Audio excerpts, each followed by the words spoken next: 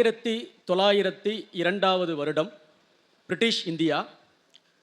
கும்பகோணத்தின் தெருக்களில் ஒரு வெள்ளைக்கார இளைஞன், அவன் என்ன பேசுகிறான் என்பது யாருக்கும் தெரியல, தெருவில் ஒரு வீட்டை தேடி அலைந்து கொண்டிருக்கிறான். அது போயர் யுத்தம் நடந்து கொண்டிருந்த காலம். போயர் யுத்தம் என்றால் தென்னாப்பிரிக்காவிலே டிரான்ஸ்வால் என்கின்ற இடத்தில் தங்கச் சுரங்கமும் வைரச் சுரங்கமும் கண்டுபிடிக்கப்பட்டது. உடனடியாக பிரிட்டன் வழக்கம் போல அந்த இடத்தை கைப்பற்றிவிட வேண்டும் என்று துடித்தது. அங்கே ஏற்கனவே குடியிருந்த டச்சு வம்சாவளியினரான போயர் அதற்கு எதிராக ஒரு கொரில்லா யுத்தத்தை நடத்தி கொண்டிருந்தார்கள். ஆகவே போயர் யுத்தம் நடந்துகிட்டு இருக்கிற காலமாக இருக்கு. கும்பகோணத்து தெருவில் ஒரு வெள்ளைக்காரன், அவன் என்ன பேசுறான்னே புரியல, ஒருவேளை இவன் உளவாளியாக இருப்பானோ என்று கருதிய காவல்துறை அவரை கைது செய்து விசாரிக்கிறது. ஆனால் அவர் என்ன பேசுறாருன்றது புரியல. அவர் ஒரு கடிதம் எழுதி அப்போ சப்கலெக்டராக இருந்த ஒருத்தருக்கு கொடுத்து அனுப்புறார். அவர் அந்த கடிதத்தை படித்து பார்த்துட்டு பதறி அடித்து ஓடி வந்து அவரை மீட்டுட்டு போறார். அந்த வெள்ளைக்கார இளைஞனுடைய பெயர் மார்க்கஸ் டி ஃபோரிக் ஃபோண்டேனு அப்படின்னு சொல்லக்கூடிய ஒரு பிரெஞ்சு இளைஞர். நம்ம ஒரு வசதிக்காக ஃபோண்டேனு என்று வச்சுக்கலாம். அவர் விலாசம் தேடி தெரு தெருவாக அலைந்தார் இல்லையா, அது ஒரு தமிழறிஞருடைய வீட்டை தேடி. அவருடைய பெயர் ஊவே சாமிநாத ஐயர். ஓகேவா? இந்த ஃபோண்டேனை யாருன்னா, திருக்குறளில் காமத்துப்பாலை பிரெஞ்சு மொழியில் மொழிபெயர்த்தவர். அவர் பாண்டிச்சேரியில் ஓரியண்டலிஸ்ட் காங்கிரஸ் அப்படின்னு ஒரு மாநாடு நடக்குது. என்ன சொல்றதா இருந்தா, கீழ் திசை நாடுகளினுடைய கலைஞர்களுக்கான ஒரு மாநாடு நடக்குது. அதுல கட்டுரை வாசிக்கிறதுக்காக வர்றார் பிரான்ஸ்ல இருந்து. அவருடைய பேராசிரியர், நீ இந்தியாவுக்கு போனால் தமிழ்நாட்டில் கும்பகோணத்திற்கு சென்று அவசியம் ஊவேசாவை சந்திக்க வேண்டும் என்று சொல்லி அனுப்புறதுனால அவர் அங்க வந்து தேடுறார். சரி, அவர் சில நண்பர்களை கூட்டிட்டு ஊவேசாவை பார்ப்பதற்காக கும்பகோணத்தில் இருந்த ஊவேசாவுடைய வீட்டுக்கு போறார். அவர் தன் வீட்டு மொட்டை மாடியில் ஒரு கூரை மட்டும் போட்டு அதுக்கு கீழே உட்கார்ந்து தன்னுடைய இலக்கண ஆராய்ச்சியை செய்து கொண்டிருக்கிறார். அதை பார்த்துட்டு அவருடைய உடம்புல வந்து வெயில் அடிக்குது. கும்பகோணத்து வெயில் போனவர்களுக்கு தெரியும், இந்த கண்ணை கதுப்பு கசங்கிடும், கருகிடும், அந்த அளவுக்கு கும்பகோணத்தில் வெயில் அடிக்கும். ஊவேசாவுடைய உடல்ல வெயில் ரொம்ப அடிக்குது. அதை பார்த்துட்டு இந்த ஃபவுண்டைனு, ஒரு வெயில் அடிக்காத இடத்துல இருந்து இந்த ஆராய்ச்சிகளை பண்ணக்கூடாதா அப்படின்னு கேட்கிறார். அதற்கு ஊவேசா, எனக்காவது ஒரு கூரை இருக்குது, ஒதுங்குவதற்கு ஒரு இடம் இல்லாமல் வீட்டு திண்ணையிலும் மரத்தடியிலும் எத்தனையோ மகா வித்வான்கள் இந்த தமிழ்நாட்டிலே ஆராய்ச்சி செய்து கொண்டிருக்கிறார்கள், எனக்காவது ஒரு கூரை இருக்கிறது என்று சொல்கிறார். சரி, இது ஒரு பக்கம் இருக்கட்டும். இந்த ஃபவுண்டைனுவை கும்பகோணத்துக்கு அனுப்பிச்சு வச்சார்ல, அவர் யார் என்று பார்க்கணும் இல்லையா? ஊவேசா அவர்கள் பதிப்பித்த சீவக சிந்தாமணி அவருக்கு பெரும் புகழை தேடித்தருது. எங்கெங்கெல்லாம் இருந்தலாமோ அவருக்கு கடிதங்கள் வந்துகிட்டு இருக்கு. அந்த கடிதங்கள் கொடுத்த உற்சாகம் தான் அவர் தொடர்ந்து ஏடுகளை பதிப்பிக்க வேண்டும் என்கின்ற ஒரு ஆர்வத்தை அவருக்கு தருது. அப்படி அவருக்கு வந்து குவிந்த கடிதங்களில் ஒரு கடிதம் பாரிஸ் நகரத்திலிருந்து வருது. பிரான்சினுடைய தலைநகரமான பாரிஸ் நகரத்திலிருந்து வருது. அந்த கடிதத்தில் முகவரி தமிழிலும் எழுதப்பட்டிருக்கிறது, ஆங்கிலத்திலும் எழுதப்பட்டிருக்கிறது. ரொம்ப ஆச்சரியப்பட்டு அந்த லெட்டரை ஓபன் பண்றார். அந்த லெட்டர் ஜூலியன் வின்சோன் அப்படிங்கிற ஒரு பிரெஞ்சு பேராசிரியரிடமிருந்து வந்திருக்கு. ஆனா லெட்டரோட முதல்லையே ஒரு ஆசிரிய விருத்த பால சீவக சிந்தாமணியை அவர் பதிப்பித்ததற்கான வாழ்த்து செய்தியோடு அது ஆரம்பிக்குது. அந்த கடிதத்தில் அவர் வந்து வெறும் 32 வயதுல சீவக சிந்தாமணியை ஊவேசா பதிப்பிச்சிட்டார். ஊவேசாவை மனதார வாழ்த்திட்டு, எங்களுடைய பாரிஸ் நகரத்தில் இருக்கக்கூடிய நூலகத்தில் ஆயிரக்கணக்கான ஏட்டுச்சுவடிகள் இருக்கின்றன, என்னுடைய ஆசையெல்லாம் நீங்க சீக்கிரத்தில் சிலப்பதிகாரத்தையும் மணிமேகலையும் மொழிபெயர்க்க வேண்டும், அதற்கு என்னாலான எல்லா உதவியும் செய்கிறேன் என்று ஜூலியன் அந்த கடிதத்தில் எழுதியிருக்கிறார். இவருக்கு ரொம்ப மகிழ்ச்சி. நம்முடைய தமிழ் மொழியில் இருக்கக்கூடிய இந்த இலக்கியங்கள் கடல் கடந்து சென்று பாரிஸ் நகரத்தில் இருக்கக்கூடிய லைப்ரரியில் இருக்குதா என்று உற்சாகமாக இருக்கிறார். 2 பேருக்கு இடையில கடிதங்கள் நடந்துகிட்டே இருக்கு, கடித பரிவர்த்தனைகள் நடந்துகிட்டே இருக்கு. இந்த இடைப்பட்ட காலத்தில் இந்த ஜூலியன் என்ன பண்றாருன்னா, ஊவேசா பதிப்பித்த சீவக சிந்தாமணியை சுருக்கி பிரெஞ்சில் மொழிபெயர்த்து அந்த புத்தகத்தையும் ஊவேசாக்கு அனுப்புறார். ஊவேசா அதை புரட்டி பார்க்கிறார். இது இங்கிலீஷ் புக் போல இருக்கு, அவர் பள்ளிக்கூடத்துக்கு போய் படித்தவர் இல்லை. ஆகவே அவர் வேலை பார்த்த கும்பகோணம் கல்லூரியில் இருக்கிற பிரின்சிபல்கிட்ட போய், இந்தாங்க என் நண்பன் உங்களுக்கு ஒரு ஆங்கில புத்தகம் அனுப்பிச்சிருக்கான்னு சொல்லி கொடுக்குறாரு. அதை அவர் படிச்சு பார்க்குறாரு. அவருக்கு பிரெஞ்சு தெரியும். அதுல பக்கம் பக்கமா அந்த ஜூலியன் ஊவேசா என்கின்ற ஒரு மனிதர் எப்பேற்பட்ட பணிகளை செய்து கொண்டிருக்கிறார், அவர் எவ்வளவு பெரிய சாதனையை அந்த ஊர்ல இருந்து கொண்டு சத்தம் இல்லாமல் செய்திருக்கிறார் என்று பல பக்கங்களில் பாராட்டியிருக்கார். அந்த கல்லூரி முதல்வர் ஊவேசாவை கூப்பிட்டு, ஐயா இந்த புத்தகத்தில், இது பிரெஞ்சு புத்தகம், உன்னை இவர் ரொம்ப மனதார பாராட்டியிருக்கிறார், ஒன்னால நம்ம நாடு மட்டுமல்ல இந்த கல்லூரியும் பெருமை அடைகிறது என்று சொல்லி பாராட்டுறார். இவருக்கு ரொம்ப மகிழ்ச்சி. இந்த மகிழ்ச்சியை உடனடியாக ஊவேசா மனம் கணக்கு போடுது. அவர் ஆயிரக்கணக்கான ஏடுகள் அங்கே இருக்குன்னு சொன்னாரே, அதுல என்னெல்லாம் இருக்குதுன்னு நம்ம பார்க்கணும்னு கடிதங்கள்ல எழுதுறார். அதுல மணிமேகலை ரொம்ப பிழைகளோட உள்ள ஒரு பதிப்பு இருக்கு. அது ஆகாது, அது ஆகாதுன்னு சொல்லிட்டு ஒன்னொன்னா டிஸ்கவுண்ட் பண்ணிட்டே வரும்போது, வில்லை புராணம் என்கின்ற ஒரு ஏடு அங்கே இருக்குன்னு ஜூலியன் கடிதத்தில் எழுதுறார். இவருக்கு ஒரு கியூரியாசிட்டி, அதை பற்றியே ஒவ்வொரு கடிதத்திலையும் எழுதின உடனே ஜூலியன் என்ன பண்ணுறாருன்னா, 494 பாடல்கள் அந்த ஏட்டில் இருக்குது.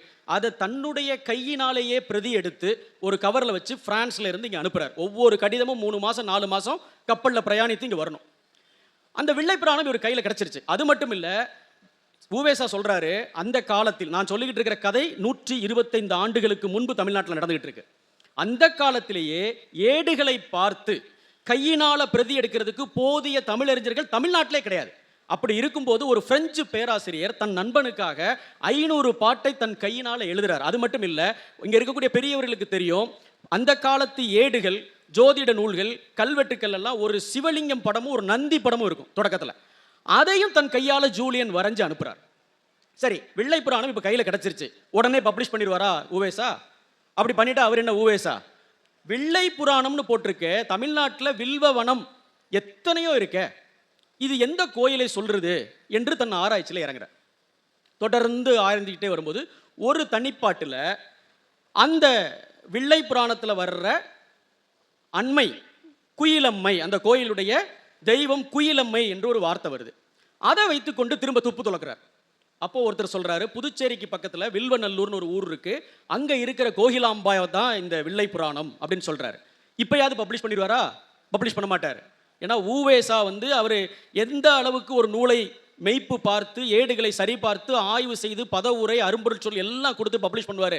நேரடியாக கிளம்பி அந்த நகரத்துக்கே போறார். அங்கே போய் அங்கே இருக்கக்கூடிய பெரியவர்களை பார்த்து, இந்த கோயிலை பற்றி ஏதேனும் ஆதாரங்கள் இருக்குதா, ஏதாவது புராணங்கள் இருக்குதா, ஏதாவது இலக்கிய சான்றுகள் இருக்குதான்னு முழுக்க ரெஃபர் பண்ணுறாரு.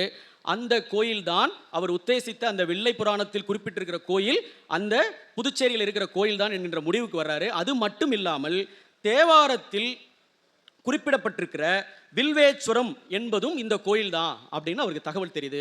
ரொம்ப மகிழ்ச்சி அடைஞ்சு அந்த மகிழ்ச்சியை தன்னுடைய நண்பர் ஜூலியனுக்கு ஒரு கடிதம் வாயிலாக தெரியப்படுத்துகிறார். நண்பர்களே, ஊவேசா அவர்களை பற்றி ஏராளமான நூல்கள் தமிழிலே பதிப்பிக்கப்பட்டிருக்குது. ஊவேசாவுடைய கடித கருவூலம் என்கின்ற ஒரு நூலை ஆய்வாளர் இரா வெங்கடாசலபதி அவர்கள் பதிப்பித்திருக்கிறார். ஊவேசா தன்னுடைய சின்ன வயதிலிருந்து 87வது வயது வரை அவருக்கு வந்த கடிதங்களை போற்றி பாதுகாத்து வைத்திருக்கிறார். அது பப்ளிஷ் பண்ணப்பட்டிருக்கு. அது மட்டும் இல்லாமல் ஊவேசாவுக்கு அன்றைக்கு தமிழ்நாட்டில் இருந்த பிற அறிஞர்களும் வெளிநாட்டில் இருந்தவர்கள் எழுதிய கடிதங்களும் அப்படியே ஸ்கேன் செய்யப்பட்டு தமிழக அரசினால் தமிழ்நாடு டிஜிட்டல் லைப்ரரியில் இலவசமாகவே கிடைக்குது, நம்மளே பார்த்துக்கொள்ள முடியும். இது தவிர தான் பதிப்பித்த 80 நூல்களுக்கும் ஊவேசா அவர்கள் எழுதிய முன்னுரைகளை ஆய்வாளர் சரவணன் அவர்கள் சாமிநாதம் என்கின்ற பெயரிலே ஒரு தொகுப்பாக கொண்டு வந்திருக்கிறார். இது தவிர மத்திய அரசினுடைய செம்மொழி தமிழாய்வு நிறுவனம் ஊவேசாவுடைய நாட்குறிப்புகளை அப்படியே பப்ளிஷ் பண்ணியிருக்காங்க. அது ஒரு புத்தகமாக இருக்குது. பொதுவாக தமிழ்நாட்டில் அவரை ஒரு பதிப்பாசிரியர் என்றும், வீடு வீடாக ஊர் ஊராக சென்று ஏடு தேடியவர் என்றும், ஆய்வு செய்தவர் என்றும், உரையாசிரியர் என்றும் தான் அவரை நினைவு வைத்திருப்பார்கள். ஆனால் ஒரு இலக்கிய மாணவனாக அவர் எழுதிய உரைநடை நூல்களை படிக்கும்போது ஒரு விஷயம் தெரியுது. அந்த காலத்தில் அவர் தான் சுஜாதா. அவர் எழுதிய உரைநடை நூல்கள் அவ்வளவு சுவாரஸ்யமா இருக்கு. நான் இப்ப சொன்ன இந்த சம்பவம் இருக்கு இல்லையா, வெளிநாட்டிலிருந்து வந்த பாண்டிச்சேரிக்காரர், அந்த சம்பவம் கூட அவருடைய நினைவு மஞ்சரி என்கின்ற ஒரு நூலிலே எழுதப்பட்டுள்ள சம்பவம் தான். அவருடைய என் சரிதம் ஆனந்த விகடனிலே தொடராக வருகிறது. அந்த தொடர் அன்றைக்கு மிக மிக வாசகர்களால் விரும்பி வாசிக்கப்பட்ட ஒரு தொடர். எந்த அளவுக்கு அது முக்கியம் என்றால், கபில் ஸ்வலபில் என்கின்ற ஆய்வறிஞர், செக் நாட்டிலே பிறந்தவர், அவர் அந்த நூலை ஆங்கிலத்தில் மொழிபெயர்த்திருக்கிறார். சரி, பெரம்பலூரில் இந்த புத்தக திருவிழாவில் இந்த சபையில் அவரை பற்றி என்ன பேச வேண்டியிருக்கிறது? உவேசாவை பற்றி சரவணன் எனக்கு ஃபோன் பண்ணி, பெரம்பலூர் புத்தக திருவிழாவில் நீங்கள் பேச போறீங்க சார், என்ன தலைப்பு என்று சொல்லுங்கள் என்று சொன்னபோது நான் சிறிதும் யோசிக்காமல் நினைவு மஞ்சரி என்கின்ற தலைப்பை கொடுத்தேன். ஏனென்றால் இந்த பெரம்பலூருக்கும் உவேசா அவர்களுக்கும் மிக மிக நெருங்கிய தொடர்பு இருக்கிறது. அவருடைய இளமை கால கல்வியை உவேசா இந்த மண்ணிலிருந்து தான் துவங்கினார்.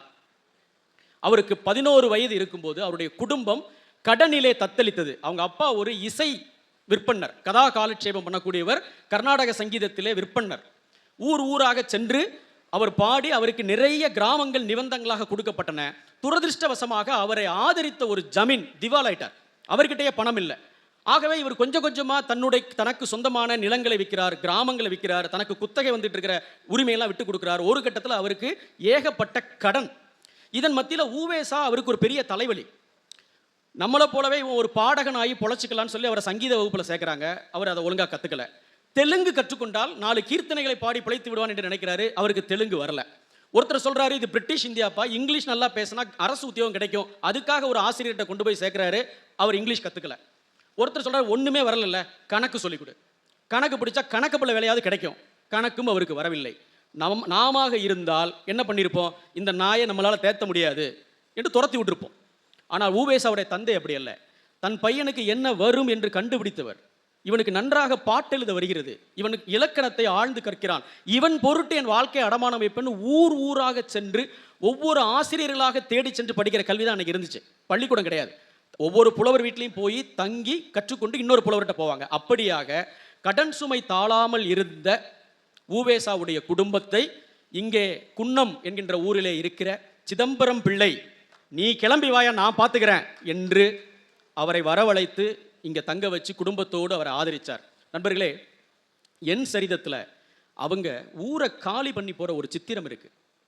அதை படித்தா கண்ணில் கண்ணீர் வராமல் யாராலையும் படிக்க முடியாது. என்னென்னா, தாங்கள் ரொம்ப காலமாக வாழ்ந்தது அரியலூர். அந்த அரியலூரில் நாங்கள் நாளைக்கு ஊரை விட்டு போகிறோம், எங்களால் இங்கே ஊரில் இருக்க முடியாது, எங்களுக்கு பொழைப்பு இல்லை அப்படின்னு அவங்க எல்லா நண்பர்கள்ட்டையும் அவங்களுடைய அப்பா போய் சொல்லிட்டு வர. அவங்க அப்பா ஒரு பெரிய பிரமுகர். மறுநாள் ஊர்க்காரங்க முழிக்கிறதுக்கு முன்னாடி ஊரை விட்டு கிளம்பணும்னு அதிகாலையிலேயே வண்டியை வர சொல்லி ஜாமான்களை ஏற்றிட்டு இருக்கார். அப்போது அரியலூரில் ஒரு புகழ்மிக்க பெருமாள் கோயில் இருக்குது. அந்த பெருமாள் கோயிலில் காளிங்க நர்த்தனம் ஆடுற அந்த உற்சவ மூர்த்தியை அப்படி சப்பரத்தில் கூட்டு வந்து இவங்க வீட்டு வாசலை கொண்டு வந்து நிறுத்துறாங்க. அதாவது அந்த காலத்தில் சப்பரத்தை நிறுத்திட்டு அந்த கோயிலுக்கு தேவையான பொருட்களை தேடி ஒவ்வொரு இடமா போய் பொருள் கலெக்ட் பண்ணுற ஒரு சடங்கு இருக்குது. அந்த காட்சி மெய்யழகன் படம்ல ஊரை வீட்டை காலி பண்ணி போகும்போது ஒரு காட்சி வருது இல்லையா, எவ்வளவு மனதை உருக்கிற மாதிரியான ஒரு காட்சி. அது என் சரிதத்தில் பதிக்கப்படுது. அவர் இங்கே குன்னத்தில் இருந்தார். 19 வயதில் அவர் முதல்ல எழுதின நீலி இரட்டை மணி மாலை என்கின்ற புத்தகத்தை செங்குன்னத்தில் தான் அவர் எழுதினார். அவருடைய முதல் நூலும் இங்கே தான் எழுதப்பட்டிருக்கு. அப்புறம் கார்குடியில் சில காலங்கள் அவங்க இருந்தாங்க. இதெல்லாம் விட நான் இதை உடனடியாக இங்கேயே பேசணும் என்று நினைத்ததற்கு முக்கியமான காரணம், உங்கள் ஊரிலே ஜெயபால் என்கின்ற ஒரு வரலாற்றாசிரியர் இருக்கிறார். பெரம்பலூருடைய வரலாற்றை பற்றி எழுதியவர். பெரம்பலூரும் உவேசாவும் என்று ஒரு அழகிய நூலை பதிப்பித்திருக்கிறார். இந்த ஊரில் உவேசா எங்கே தங்கினார், எங்கே படித்தார், அவருடைய வாழ்க்கையை அது எப்படி மாற்றியது என்று அந்த புத்தகத்தில் இருக்கு. அது மட்டும் அவர் செய்யலை. தொடர்ந்து இந்த ஊரில் அவருக்கான நினைவகங்களை எழுப்ப வேண்டும், அவருடைய பெயரில் ஒரு நூலகத்தை உருவாக்க வேண்டும் என்று அரசுக்கு அழுத்தம் கொடுத்து கொண்டே இருக்கிறார். இங்கே அந்த கூட்டத்தில் ஜெயபால் சார் இருக்கிறாரா என்று தெரியாது. இந்த மேடையில் அவரை வணங்குவதற்கான ஒரு வாய்ப்பாக நான் கருதி கொள்கிறேன். நன்றி நண்பர்களே. மஞ்சரி என்றால் பூங்கொத்து அல்லது பூமாலை என்று பெயர். நினைவு மஞ்சரி என்பது உவேசா தன்னுடைய நினைவில் இருக்கக்கூடிய சம்பவங்களை எல்லாம் ஒரு பூமாலையாக பூங்கொத்தாக தொகுத்து கொடுத்த ஒரு புத்தகம். ஒரு புத்தக திருவிழாவில் பொதுவான விஷயங்களை பற்றி பேசாமல் சில குறிப்பிடத்தக்க புத்தகங்களை குறிப்பிடலாம் என்று நான் நினைக்கிறேன். இந்த பூமாலையிலே ஒரு சம்பவம் சொல்றார். இடையன் எரிந்த மரம் அப்படிங்கிற ஒரு உவமை திருவாய்மொழியில் வருது. சீவக சிந்தாமணியில் அந்த உவமை வருது. 14 கீழ்கணக்கு நூல்களில் ஒன்றான பழமொழியிலும் அந்த உவமை வருது. இடையன் எரிந்த மரம். இது தவிரவும் சங்க இலக்கியத்தில் சில இடங்கள் அது வருது. இது என்னடா இடையன் எரிந்த மரம், இது புரியலையே என்று உவேசா வழக்கம் போல தன்னுடைய ஆய்வுகளை தொடர்கிறார். ஒரு மடத்தில் போய் அங்கே ஆடு மாடுகளை மேய்க்கக்கூடிய ஒரு இடையன்ட்ட போய், நான் ரொம்ப காலமாக இந்த கோட் வேர்டை என்னால் கிராக் பண்ண முடியல, இது என்னப்பா இடையன் எரிந்த மரம் அப்படின்னு. அட என்னங்க இது ஏங்க உங்களுக்கு தெரியல, இடைய வெட்டு அரா வெட்டு நம்ம ஊரில் ஒரு பழமொழி இருக்குங்களே அப்படிங்கிறாரு. என்னது அரா வெட்டா, புரியலையே. ஐயா, ஆடு மாடுகளை மேய்க்கிறதுக்காக காட்டுக்கு கூட்டிட்டு போவோம். அங்க மரங்கள் இருக்கும். ஆடு மாடால மரத்தில் தொங்குற கிளையில இருக்கிற இலைய அதோட உயரத்தினால பிடிக்க முடியாது. ஆகவே இடையன் வந்து கிளைய ஒரு வெட்டு, பாதி வெட்டு வெட்டிட்டு விட்டுருவான். அந்த கிளை முறிந்து தொங்கும். ஈஸியா ஆடு மாடு மேய்ஞ்சுக்கும். ஏன் அப்படி பண்றான் என்றால், அந்த கிளை மரத்தோட மடிஞ்சு மரத்தை கொஞ்சம் தொட்டுக்கிட்டு இருக்கும் என்றால் அது வாடாம இருக்கும். எப்ப வேணாலும் ஆடு மாடுகள் மேய்ஞ்சிக்கும். வெட்டி கீழே போட்டுட்டா மிச்சம் மிச்சம் வந்து காஞ்சி போயிடும், சாப்பிடாம போயிடும். ஆகவே இடையன் வெட்டு அரா வெட்டுன்னு நம்ம சொல்லுவோம் அப்படிங்கிறாங்க. அப்போ இவர் இந்த ஓமையை திருப்பி தூக்கி போட்டு பார்த்தா, சீவக சிந்தாமணியில அவன் சொல்றான், சீவகன், அம்மா தந்தை பிறக்கும் போது நான் பிறந்தேன், இன்றைக்கு நீ வருந்துகிற மாதிரி, நம்ம மேல விருப்பம் கொண்ட நண்பர்கள் வருந்துற மாதிரி நான் நடந்துக்கிறேன். நான் உயிரோடு இருந்து பகைவனை கொல்லவும் இல்லை, போர்ல சாகவும் இல்லை. இடையன் எரிந்த மரம் மாதிரி நான் வாழ்க்கைக்கும் மரணத்துக்கும் இடையில போராடுறேன். அந்த மரக்கிளை அப்படித்தானே, அது மரத்திலிருந்து துண்டிக்கப்பட்டா கூட அது நிம்மதியா இருந்துரும். அதோட ஒரு கிளை, ஒரு சொட்டு மட்டும் மரத்தோட ஒட்டிக்கிட்டு இருக்கு, இலை கீழே தொங்கிக்கிட்டு இருக்கு. ஸோ இப்படி ஒவ்வொரு வார்த்தைக்கும் அர்த்தம் தேடி தேடி தேடி அவர் ஊர் ஊராக அலைந்தார். இப்போ உங்களில் சில பேர் ஜெயமோகன் எழுதிய குமரி துறைவிங்கிற ஒரு நாவலை பற்றி கேள்விப்பட்டிருப்பீங்க. அது ஒரு மங்கள நாவல். என்னன்னா, மாலிக் கபூர் மதுரைக்கு படையெடுத்து வர்றான். அவன் ஊர் ஊரா கோயில்களை உடைச்சு தெய்வ சிலைகளை உருக்குறவன். எங்க நம்முடைய மீனாட்சி அம்மையும் சுந்தரேஸ்வரரையும் அவன் தூக்கிட்டு போய் உடைச்சிருவானோ என்று பயந்த அந்த கோயிலுடைய அர்ச்சகர்கள் அந்த 2 சிலையையும் எடுத்து கொண்டு போய் ஆரல்வாய் மொழியில இருக்கக்கூடிய ஒரு ஆலயத்தில் ஒளிச்சு வைக்கிறாங்க. ஒரு 50 ஆண்டுகள் மதுரை மீனாட்சி அம்மையும் சுந்தரேஸ்வரரும் ஆரல்வாய் மொழியில் இருக்கக்கூடிய அந்த கோயிலில் தான் இருந்தாங்க. போரெல்லாம் முடிஞ்சுது. குமாரகர்ணன் மதுரையை கைப்பற்றுறான். இப்போ நாயக்கர்கள் ஆட்சி வந்தாச்சு, எங்க மீனாட்சி அம்மையை திருப்பி கொடு என்று நாயக்க மன்னனுடைய பிரதிநிதிகள் அங்கே போய் கேட்குறாங்க. ஆரல்வாய் மொழி அப்போது வேணாடு என்று அழைக்கப்பட்டது. இப்போதான் அதுக்கு பேர் திருவிதாங்கூர் சமஸ்தானம். அந்த திருவிதாங்கூர் மன்னர் வந்து, மீனாட்சி எங்களுடைய ஐஸ்வர்யம், அதை எப்படி நான் திருப்பி கொடுக்க முடியும்? ஒரு தெய்வத்தை திருப்பி கொடுப்பது என்பது அவ்வளவு பெரிய அமங்கலம், அதை நான் செய்ய முடியாது என்று தடுக்கிறாரு. அப்போ அங்கே இருக்கிற பெரியவங்க, நீ அப்படி சொல்ல முடியாது, ஒரு ஆபத்துக்காக உன்னை கொடுத்து வச்ச தெய்வம், நீ திருப்பி தான் கொடுக்கணும். உனக்கு ஒரு உபாயம் சொல்கிறேன், ஒரு தெய்வத்தை அப்படியே திருப்பி அனுப்பிச்சாதான் அமங்கலம். நீ மீனாட்சி, ஒரு பெண் நம்ம வீட்டை விட்டு வெளியே போகிற ஒரு மங்கள நிகழ்வு என்பது திருமணம். நீ என்ன பண்ணு, மீனாட்சி அம்மனுக்கு சுந்தரேஸ்வரருக்கு ஒரு பெரிய பிரம்மாண்டமான திருக்கல்யாணத்தை நடத்தி அவன் மதுரைக்கு வாழ போறான்னு வழி அனுப்பிச்சு வை என்று அந்த நாவலில் ஜெயமோகன் எழுதுறார். அது உண்மையிலே நடந்த ஒரு சம்பவம். அது முழுக்க முழுக்க முழுக்க மங்கள நிகழ்ச்சிகளே நிரம்பின ஒரு நாவல். அந்த நாவலை படித்தாலே நல்லது நடக்கும்னு சொல்லுவாங்க. திருமண வீடுகளில் தாம்பூலத்தில் அதை போட்டு கொடுப்பாங்க. அந்த நாவலுக்கு இணையான 2 சம்பவங்கள் நினைவு மஞ்சரில் வருது.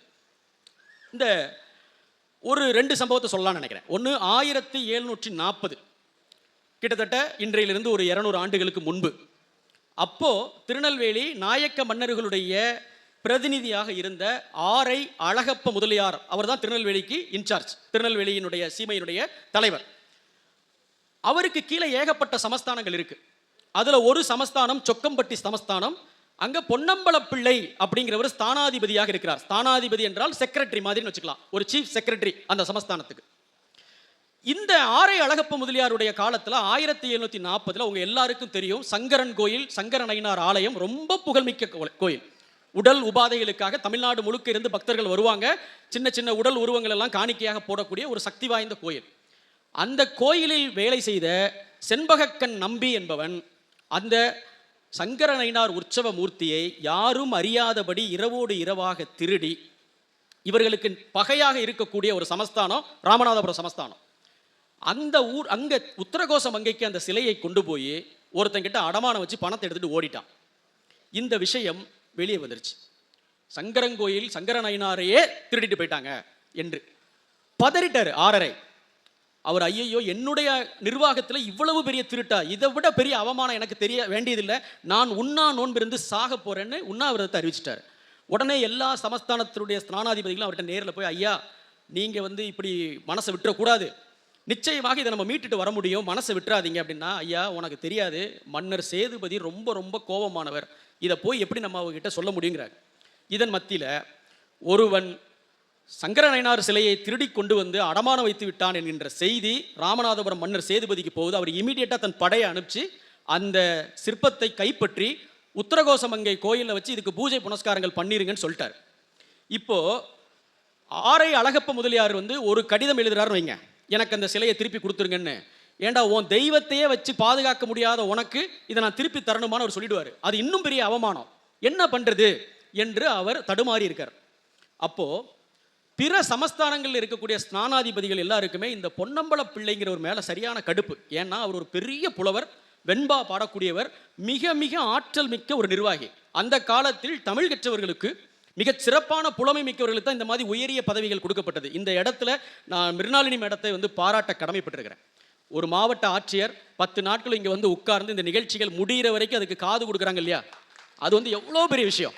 அப்புறம் இந்த சபையில் மிக தீவிரமான இலக்கிய வாசகர் அவங்க கல்பனா இருக்கிறாங்க, கண்ட்ரோலர் ஆஃப் எக்ஸாமினேஷன். அது ரொம்ப பெருமையாக இருக்குது.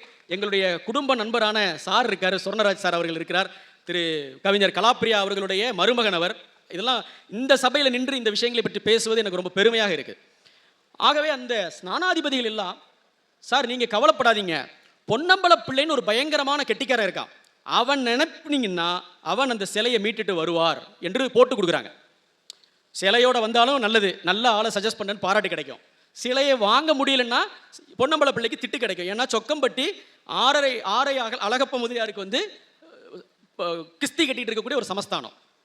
இவரை கூப்பிட்டு அவர் கோரிக்கை வைக்கிறார், இந்த மாதிரி எல்லாரும் ஒன்றை தான் ரெக்கமெண்ட் பண்ணுறாங்க, நீ எப்படியாவது போய் அந்த சிலையை மீட்டு கொண்டு வானோன்னா இவர் நான் போயிட்டு வரேன், என் கூட சில பெரிய மனிதர்களை அனுப்புங்க என்று சில பெரிய மனிதர்களுடைய கூட்டத்தோட கிளம்பி ராமநாதபுரத்துக்கு போகிறாங்க.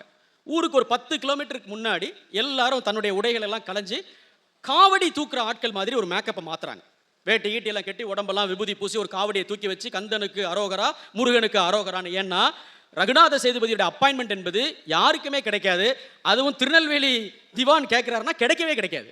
ஆனால் அரண்மனையில் ஒரு விதிமுறை இருக்குது, எவனா இருந்தாலும் பிரியர் அப்பாயின்மெண்ட்டோட தான் சேதுபதி மன்னர் பார்ப்பாரு. ஒரு விதிவிலக்கு இருக்கு, என்னன்னா பழனிக்கு காவடி எடுத்துக்கொண்டு போகிற யாராக இருந்தாலும் அரண்மனை கதவு அவர்களுக்காக திறக்கப்படும், அவர்களை சேதுபதி மன்னரே நேரில் நின்று வரவேற்பார். ஏன்னா காவடி தூக்குறவங்க குறி சொல்லுவாங்க, அதை அப்படியே பணிஞ்சு அவர் கேட்பார். அவர் பெரிய மிகப்பெரிய முருக பக்தர். ஆக இவங்க கந்தனுக்கு அரோகரா கடம்பனுக்கு அரோகரான்னு 100 பேரை கொண்ட ஒரு படை ஆடிக்கிட்டே போகுது. அரண்மனையோட வாசலை திறக்கிறாங்க. அவர் நின்று வணங்குறாரு. வணங்கின உடனே நம்ம ஆளு வெண்பா புலி அவர் ஒரு வெண்பா பாடுறாரு. சேதுபதி என்று நரசன்மம் எடுத்தாய், சேதுபதி என்று நரஜென்மம் எடுத்தாய், கமல மாதுபதிக்கு உன்னையன்றி வாயாதே, கமல மாதுபதிக்கு உன்னையன்றி வாயாதே, நீதிபதி நீயே, நீதிபதி நீயே, விசய ரகுநாதன் நினையீன்ற தாயே, விசய ரகுநாதன் நினையீன்ற தாயே, அருட்கோசலை அப்படின்னு சொல்றார். இதுல என்னன்னா ஒரு புலவனுக்கு தெய்வம் உதவுங்கிறது இதுதான். ரகுநாத சேதுபதியோட அம்மா பேரு கோசலை. இவர் அப்படி சந்தக்கவி பாடுறான், அது எங்க அம்மா பத்தி பாடுறேன். இருங்க நீங்க யாரு, எங்க அம்மா பேரு உங்களுக்கு எப்படி தெரியும்னு கேட்கிறாரு. அவர் சொல்றாரு, ஐயா நான் முருக பக்தர், ஆனா முக்கியமா உங்களுக்கு ஆகாத திருநெல்வேலியில இருந்தா நான் வர்றேன், சொக்கம்பட்டியினுடைய ஸ்நானாதிபதி, என் பேர் பொன்னம்பல பிள்ளை, உங்க அப்பாயின்மெண்ட் வேணுங்கிறதுக்காக தான் நாங்கள் இந்த முயற்சி எடுத்தோம்னா அவர் மகிழ்ந்து போய் அவரோட உட்கார்ந்து நல்லா உறவாடுறார். 2-3 நாட்கள் அங்கேயே தங்க வைக்கிறாரு. நல்ல விருந்து உபச்சாரம் எல்லாம் பண்றாங்க. ஆனால் உண்மையிலேயே வந்த நோக்கம் இதுக்காகத்தான் என்கின்ற மேட்டரை அங்கே ஓப்பன் பண்ண முடியாது. ஏன்னா சேதுபதி மன்னருக்கு கோபம் வந்துச்சுன்னா தலையில் இருக்காது. அப்போ இவர் மெல்ல நான் பழனிக்கு போய் சாமியெல்லாம் கும்பிட்டு வந்துடுறேனே அப்படின்னு சொல்லிட்டு கிளம்பி போயிட்டு திருப்பி விருந்தெல்லாம் பார்த்துட்டு இருக்காரு. கொஞ்சம் நல்ல மூடு பார்த்து அவர்கிட்ட, சார் ஒரு ரெக்வஸ்ட் என்னென்னா, எல்லா க்ஷேத்ராடனங்களும் நாங்கள் பார்க்குறோம், உங்கள் உத்தரகோச மங்கை கோயில் ரொம்ப பிரபலம்னு சொல்கிறாங்களே, அதையும் நம்ம போய் பார்க்கணும் அப்படின்றாங்க. அதுக்கு என்ன 4-5 ஆட்கள் அனுப்புகிறேன், போய் சாமி கும்பிட்டுவாங்கன்னு அனுப்புகிறாரு. அங்கே போய் நின்றுட்டு அங்கே ஒரு ட்ராமா. அந்த ட்ராமா என்னென்னா, அங்கே அந்த ஒவ்வொரு சிலையாக எனக்கு எக்ஸ்பிளைன் பண்ணுங்கன்னு பட்டர்கிட்ட சொல்கிறாரு. ஒன்றொன்னா வரும்போது சங்கரங்கோயில் சங்கரநாயனார் சிற்பம் அங்கே இருக்குது. அதுக்கு முன்னாடி நின்று ட்ராமா என்னென்னா, புற்றெங்கே புன்னை வனமெங்கே, பொற்கோயில் சுற்றெங்கே, நாக சுனையெங்கே, இதையெல்லாம் விட்டுட்டு இங்கே ஏண்டா கிடக்கிற சங்கர நயனாரேன்னு ஒரு வெண்பா பாடுறாரு. அங்கே கோயில் இருந்த ஒரு ஒற்றன் அதுக்குள்ளார அரண்மனைக்கு தகவல் சொல்லிட்டான், சார் வந்தார், நம்ம இந்த சிலை முன்னாடி நின்று ஒரு வெண்பா பாடுறாரு சார் அப்படின்னு. இவர் அங்கே திரும்பி போகிறதுக்குள்ளார சேதுபதி மன்னருக்கு ஒரு எல்லா ஐடியாவும் கிடச்சிருச்சு. என்ன தம்பி, அங்கே ஏதோ ஒரு வெண்பா பாடினியாமே, நான் மட்டும் வெண்பா பாடலை, நான் பாடின வெண்பாவுக்கு இறைவனே ஒரு பதில் வெண்பா கூட பாடினாரு, அதை சொல்லட்டுமா ராஜா அப்படிங்கிறாரு. சொல்லுங்க. சிவன் பாடின வெண்பா என்னன்னா, நான் ஏன்பா இங்கே கிடக்கிறேன், ஆடு திருடிட்டு போகிற கல்லணை போல இந்த செண்பகக்கன் நம்பிங்கிறவன் ராவோட ராவா என்னை தரதரன்னு இழுத்து கொண்டு அடமானத்தில் போட்டுட்டான், அதனால தான் நான் இங்கே கிடக்கிறேன்னு ஒரு வெண்பா இறைவனே என்கிட்ட பாடினார் சார்ங்கிறாரு. அவருக்கு புரிஞ்சிருச்சு ரங்கநாத சேதுபதிக்கு, உன் தெய்வம் அந்த கரிசக்காட்டில் கிடக்கிறத விட இங்கே 3 வேளையும் நல்ல கவனிப்பில் நல்ல முறையில் அவருக்கு ஒரு குறையும் இல்லாமல் நாங்கள் வச்சுருக்கோம், நீ அதை பற்றிலாம் கவலைப்படாதங்கிறாரு. இவர் வந்து அதெல்லாம் சரிதான் சார், நீங்கள் நல்லா தான் வச்சுருக்கீங்க, ஆனால் அந்தந்த தெய்வங்கள் அந்தந்த நிலத்தில் இருப்பது தானே அழகு, அதனால் தயவு பண்ணி எங்களுடைய தெய்வத்தை திருப்பி கொடுத்துருங்க என்று சொல்கிறார். அவரும் எப்படி குமரித்துறையில் ஒரு பெரிய மங்கள நிகழ்ச்சி மாதிரி அவரும் ஒரு பெரிய விழா எடுத்து உன் தெய்வத்தை எடுத்துகிட்டு போன்னு சொல்கிறார். இவர் அதுக்குள்ளார ஆரை அழகப்ப முதலியாருக்கு தெய்வம் வந்துகிட்டு இருக்கு, நீ மதுரை திருமங்கலத்திலே வந்து நின்று இந்த தெய்வத்தை வரவேற்றுட்டு போகணும்னு சொல்கிறார். இந்த சம்பவம் இந்த நினைவு மஞ்சரி நூலில் மிக மிக சிறப்பாக ஊவேசாவால் எழுதப்பட்டிருக்கு. ஏன் இதை நான் சொல்கிறேன் என்றால், உங்கள் குழந்தைகளுக்கு கதை சொல்கிற வழக்கம் உங்களுக்கு இருந்துச்சுன்னா, இந்த புத்தகம் 2 தொகுதி 1940 இதனுடைய முதல் பாகம் வந்தது, 1942 இதனுடைய 2வது பாகம் வந்தது. நான் என்னுடைய பிள்ளைகளுக்கு அன்றாடம் ஒரு கதை சொல்கிற வழக்கம் இல்லாமல் 14 ஆண்டுகளாக தினசரி ஒரு கதை. இப்போ இந்த உரையை முடிச்சிட்டேன்னா இன்றைக்கு நான் சொல்ல வேண்டிய கதையை அவங்ககிட்ட சொல்லுவேன். அது சொன்னக்கப்புறம் தான் அவங்க தூங்க போவாங்க. அது மாதிரி உங்கள் பிள்ளைகளுக்கு சொல்ல வேண்டிய அற்புதமான பல கதைகள் இருக்குது. இன்னும் ஒரு கதையை சொல்லிட்டு இந்த உரையை நிறைவு செய்யலாம் என்று நான் நினைக்கிறேன். என்னன்னா, கலாப காலம் அப்படின்னு சொல்லுவாங்க. கலாப காதலா அப்படின்னு ஒரு வார்த்தை நம்ம கேள்விப்பட்டிருப்போம்ல. அப்போ அது ஏதோ ரொமான்டிக்கான வேர்டு நம்ம நினைப்போம். அப்படி கிடையாது. கலாபம் என்றால் அந்நியர் படையெடுத்து வர்ற போர்க்காலம் என்று பெயர். எப்படி மதுரையில் மாலிக் கபூருடைய ஒரு அலர்ட் இருந்துச்சோ, அதே மாதிரி சிதம்பரத்தில் 200-225 ஆண்டுகளுக்கு முன்பு இது மாதிரி அந்நியர் படையெடுப்பு வரக்கூடிய ஒரு ஆபத்து இருந்தது. அப்போ தீட்சிதர்களுக்கு எல்லாமே இருந்த ஒரு பயம் என்னன்னா, இவன் நம்முடைய நடராஜரை, தில்லை மூர்த்தியை ஏதாவது செஞ்சுட்டான்னா என்ன பண்றதுன்னு அவங்க கூடி கூடி கூடி கூடி மறுகிறாங்க. உங்களுக்கு தெரியும், தீட்சிதர்களுடைய குடும்பத்திற்கே தலைவன் சிவன் தான் சிதம்பரத்தை பொறுத்த மட்டும். இவங்க பண்ணிட்டா என்ன பண்றதுன்னு யோசிக்கிறாங்க. ஏதாவது ஒரு ஊர்ல கொண்டு போய் வச்சிடலாமா அப்படின்னு சொல்லி ஒவ்வொரு ஊர்லயா கொண்டு போய் அந்த சிதம்பரம் நடராஜரை வைக்கிறாங்க. அது ஒரு விஷயம் இருக்கு. சிதம்பரம் நடராஜர் இருக்கிறதுனால சிதம்பரத்துக்கு பேர் தில்லை இல்லை. அவர் எங்க ஊர்ல போய் உட்காராரோ அந்த ஊர் தில்லை ஆயிடும்.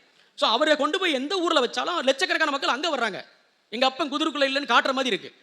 அப்போ என்னடா இது, எங்கே போனாலும் மக்கள் கூட்டம் வருது, பகலில் இந்த நடராஜரை தூக்கிட்டு போக முடியல. எல்லாரும் கலந்து பேசி துணிஞ்சு ஒரு 10 தீட்சிதர்கள் ஒரு முடிவு எடுக்கிறாங்க. கலாபக்காலம் முடிகிற வரைக்கும் நடராஜரை எங்கேயாவது ஒழிச்சு வைப்போம், கோயிலில் வச்சா கண்டிப்பாக மாட்டிடுவோன்னு சொல்லி ராவோட ராவா தூக்கிக்கிட்டு நடக்கிறாங்க.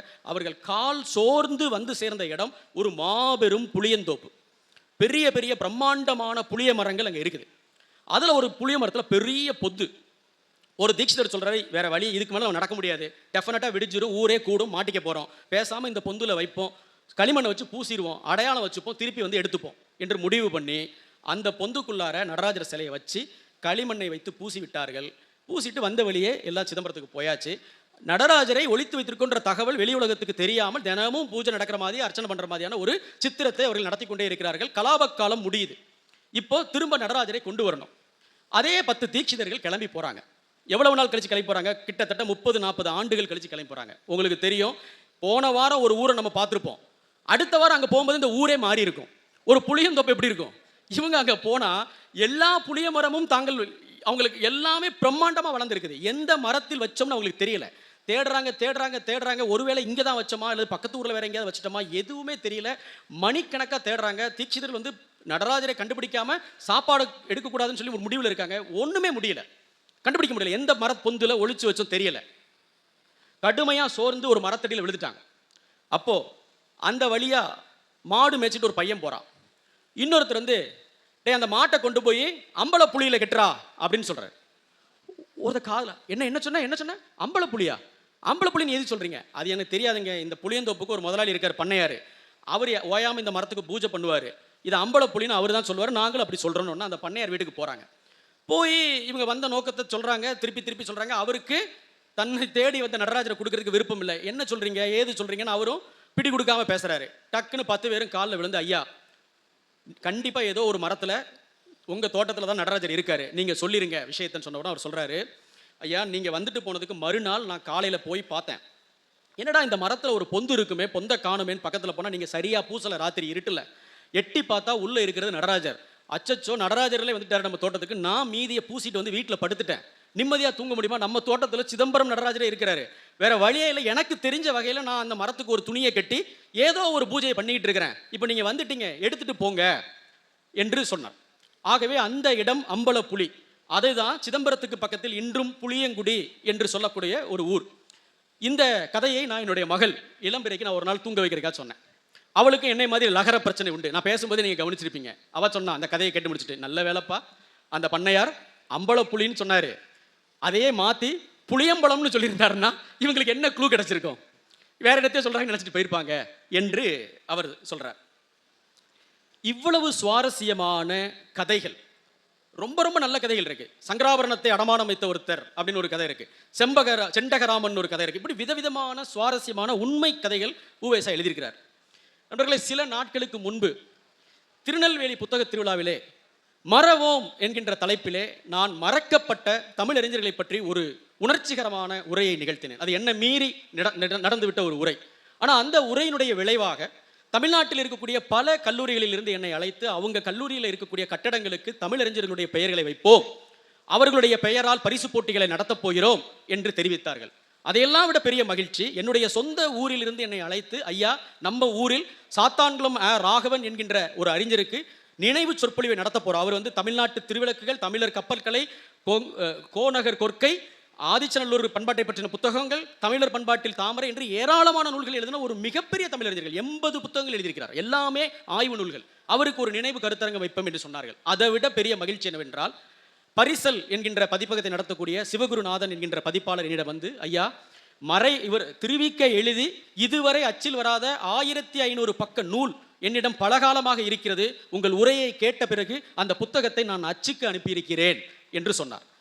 இதெல்லாம் விட எனக்கு பெரிய பெருமையாக நான் என்ன கருதுகிறேன் என்றால், நாம எழுத்தாளர்களை படிக்கிறோம், கவிஞர்களை படிக்கிறோம், நாவல் படிக்கிறோம், சிறுகதை படிக்கிறோம். ஆனால் நம்முடைய பண்பாட்டிற்கு மிகப்பெரிய பங்களிப்புகளை செய்த தமிழ் அறிஞர்களை பற்றிய நூல்களையோ அவர்கள் எழுதிய புத்தகங்களையும் நம்ம படிக்கிறது இல்லை. அதை வாங்கி படிப்பது தான் ஒரு உண்மையான ஒரு சரியான காணிக்கையாக இருக்க முடியும் என்று நான் கருதுகிறேன். இந்த அறிவார்ந்த சபைக்கு நாம உவேசாவிலிருந்து ஆரம்பிக்கிறதாக இருந்தால், என் சரிதம் ஒரு நல்ல தேர்வு, அல்லது இந்த நினைவு மஞ்சரி ஒரு நல்ல தேர்வு, கண்டதும் கேட்டதும் ஒரு புத்தகம் இருக்கிறார், அது ஒரு நல்ல தேர்வு, பழையதும் புதியதும் ஒரு புத்தகம் இருக்காரு. இது எல்லாமே உரைநடை நூல்கள். ரொம்ப ரொம்ப சுவாரஸ்யமா இருக்கும். எப்படி ஆனந்த விகடன்ல சுஜாதாவுடைய கற்றதும் பெற்றதும் நீங்க ரசிச்சிங்களோ, எப்படி மதன் கேள்வி பதிலில் ரசிச்சிங்களோ, அதே அளவுக்கு சுவை குன்றாமல் வாசிக்கவும் உங்களுடைய பிள்ளைகளுக்கோ நண்பர்களுக்கோ பகிரவும் அந்த புத்தகம் மிகப்பெரிய உதவியாக இருக்கும். காந்தியால் பாராட்டப்பட்ட, பாரதியால் போற்றப்பட்ட, தாகூர் வீடு தேடி சென்று சந்தித்த, பெரியாரால் புகழப்பட்ட, தான் வாழ்ந்த காலத்தில் அத்தனை அறிஞர்களாலும் போற்றப்பட்ட உவேசா மீது இன்று சாதி காழ்ப்புகளால் நிறைய விமர்சனங்களும் அவதூறுகளும் முன்வைக்கப்பட்டிருக்குது. அதுக்கெல்லாம் பதில் சொல்வதற்கு இந்த மேடையை பயன்படுத்திக் கொள்கிற அளவுக்கு நான் ஆளும் இல்லை, அதற்குரிய ஆய்வு தகுதி கிடையாது. நான் ஒரு இலக்கிய மாணவன், இலக்கிய வாசகன், அவ்வளவுதான். ஆனா இந்த சபையை சின்னதா ஒரு கற்பனை பண்ணி பாருங்க. சீவக சிந்தாமணி, பத்துப்பாட்டு, சிலப்பதிகாரம், குறுந்தொகை, புறநானூறு, ஐங்குறுநூறு, பதிற்றுப்பத்து, பரிபாடல், திருவிளையாடல் புராணம், கந்த புராணம், தணிகை புராணம், திருக்குற்றால குறவஞ்சி, தமிழ் விடு தூது, சிற்றிலக்கியங்கள், இந்த புஸ்தகங்கள் எல்லாமே ஒரே ஒரு ஏடு தாங்க இருக்கு. அந்த ஒரு ஏடு கடைசி ஏடுங்க. அதையும் நெய்யில முக்கி வேள்வில சுவாகா அப்படின்னு போட்டிருந்தாங்க என்றால் நம்முடைய நிலைமை என்ன? அதை கொண்டு போய் ஆத்துல போட்டிருந்தார்கள் என்றால், அந்த ஒரு ஏட்டை உவேசா காப்பாற்றவில்லை என்றால் என்ன ஆயிருக்கும்? அந்த ஒரு ஏட்டை போகிக்கு சொக்கப்பனையில் திருக்கார்த்திகைக்கு வச்சு சேர்த்து கொளுத்திருந்தார்கள் என்றால் என்ன ஆயிருக்கும்? இன்னைக்கு நம்ம ஆரிய பண்பாடு வேற, தமிழ் பண்பாடு வேற என்கின்ற எவ்வளவு பெரிய பாலிடிக்ஸை 8.5 கோடி தமிழர்கள் பண்ணிட்டு இருக்கோம். அதுக்கு சாத்தியம் இருந்திருக்குமா? இந்த திராவிட அரசியல், திராவிட விவாதம் என்பது நடந்திருக்குமா உவேசா இல்லை என்றால்? சரி, சிலப்பதிகாரத்தையும் புறநானூற்றையும் ஒவ்வொரு மேடையிலும் பேசிதான் திராவிட இயக்கங்கள் வளர்ந்திருக்கு. இது ஒரு பக்கம். இன்னொரு பக்கம் குறுந்தொகையும் குற்றால குறவஞ்சி எங்களுடைய சொத்து என்று தமிழ் தேசியர்களும் தனித்தமிழ் இயக்கத்தாரர்களும் பெருமையோட சொல்றாங்க. சரி, இன்னொரு பக்கம் போனா வலதுசாரிகள் 60க்கும் மேற்பட்ட ஆலயத்தினுடைய திருவந்தாதிகள், உலா நூல்கள், புராணங்கள், ஆலய சரிதங்களை பப்ளிஷ் பண்ணியிருக்காரு. அப்போ நம்ம உவேசா போட்டு வைத்த பாதையில தான் திராவிட இயக்கம், உவேசா போட்டு வைத்த பாதையில் தான் தனித்தமிழ் இயக்கம், உவேசா போட்டு வைத்த பாதையில தான் தமிழ் தேசியம், உவேசா போட்டு வைத்த பாதையில் தான் வலதுசாரி அரசியல். நீங்க எந்த அரசியல் தரப்பாக வேணா இருங்க, ஆனா உவேசா என்பவர் தான் நம்மளுடைய விதை. அதை மறந்து விடாமல் இருங்கள். உவேசா செய்திருக்கிற சாதனைகளை பார்த்தால் தமிழ்நாட்டில் வள்ளுவனுக்கும் பாரதிக்கும் பிறகு அதிகமான சிலைகள் உவேசாவுக்கு தான் வைக்கப்பட்டிருந்திருக்க வேண்டும். இந்த பெரம்பலூர் மாவட்டத்தில் ஒரு சாலைக்கு கூட உவேசாவுடைய பெயர் கிடையாது, ஒரு தெருவுக்கு கூட உவேசாவுடைய பெயர் கிடையாது. உவேசாவுடைய நினைவில் கார்குடியில் ஒரு நூலகம், அதுவும் தனியார் ஆர்வலர்கள், இந்த சரவணனை மாதிரி இந்த மாதிரி வேலைகளை செய்யக்கூடிய ஒரு கோட்டை பிடித்த இளைஞர் கூட்டத்தால் அது நடத்தப்படுது. அரசு அங்கீகாரம் என்பது இன்னமும் இந்த ஊரில் உவேசா பழைய காலம் வாழ்ந்த இந்த ஊரில் அவருக்கு இன்னும் அமையவில்லை. நான் பொய்சால ஆலயங்களை பார்ப்பதற்காக, தொல்லியல் சின்னங்களை பார்ப்பதற்காக கர்நாடகா முழுக்க தொடர்ந்து பயணம் போயிட்டே இருக்கேன். அங்க ஒவ்வொரு கிராமத்தினுடைய பஸ் ஸ்டாப்லையும் விஸ்வேஸ்வரையாவுக்கு ஒரு சிலை இருக்கு. ஒவ்வொரு அரசு பள்ளிக்கூடத்தினுடைய சுவரிலையும் குவெம்புவை வரைஞ்சு வச்சிருக்காங்க, கிருஷ் கர்நாடை வரைஞ்சு வச்சிருக்காங்க, இவர் சிவராம காரந்தை வரைந்து வைத்திருக்கிறார்கள், சந்திரசேகர கம்பாவாவுடைய ஓவியத்தை வரைந்து வச்சிருக்காங்க. ஏன்னா அவங்க எல்லாம் அந்த மொழிக்கும் அந்த பண்பாட்டுக்கும் பெருமை சேர்த்தவர்கள், ஞானபீடம் விருது பெற்றவர்கள். தமிழ்நாட்டிலிருந்து ஞானபீடம் விருது பெற்றவர்களுடைய ஒரு புகைப்படமாவது நம்முடைய அரசு பள்ளியில இருக்குமா? நம்ம ஊர் நூலகங்களில் ஜெயகாந்தனுக்கோ அல்லது அகிலனுக்கோ ஒரு படம் இருக்கிறதா? இது ஒரு பெரிய புறக்கணிப்பு. இந்த மேடைக்கு வர்றதுக்கு முன்பு நான் பார்த்தேன், பாரத ரத்னா விருது அது வாங்குறதுக்கு என்ன தகுதி வேண்டும் என்று இந்த மத்திய அரசு வரையறை செய்து வைத்திருக்கிறது என்று. அதற்கு அவர்கள் சொல்லி இருக்கிற தகுதிகளின் அடிப்படையில் பார்த்தால் தமிழ் தாத்தா உவே சாமிநாதையர் 10 மடங்கு அதற்கு தகுதியானவர். உண்மையிலேயே தமிழை நேசிப்பதாக சொல்லிக் கொள்கிறவர்களும் தமிழ்நாட்டின் பெருமையை உலக அரங்கில் கொண்டு செல்வதாக சொல்லிக் கொடுக்கக்கூடிய இந்த மத்திய அரசு தமிழ் தாத்தா உவே சாமிநாதையருக்கு காலம் சென்ற பிறகாவது இப்போதாவது ஒரு பாரத ரத்னாவை அறிவிக்க வேண்டும் என்பதை இந்த பெரம்பலூர் மக்கள் சார்பாக வேண்டி கேட்டுக்கொண்டு என்னுடைய உரையை நிறைவு செய்கிறேன். நன்றி, வணக்கம்.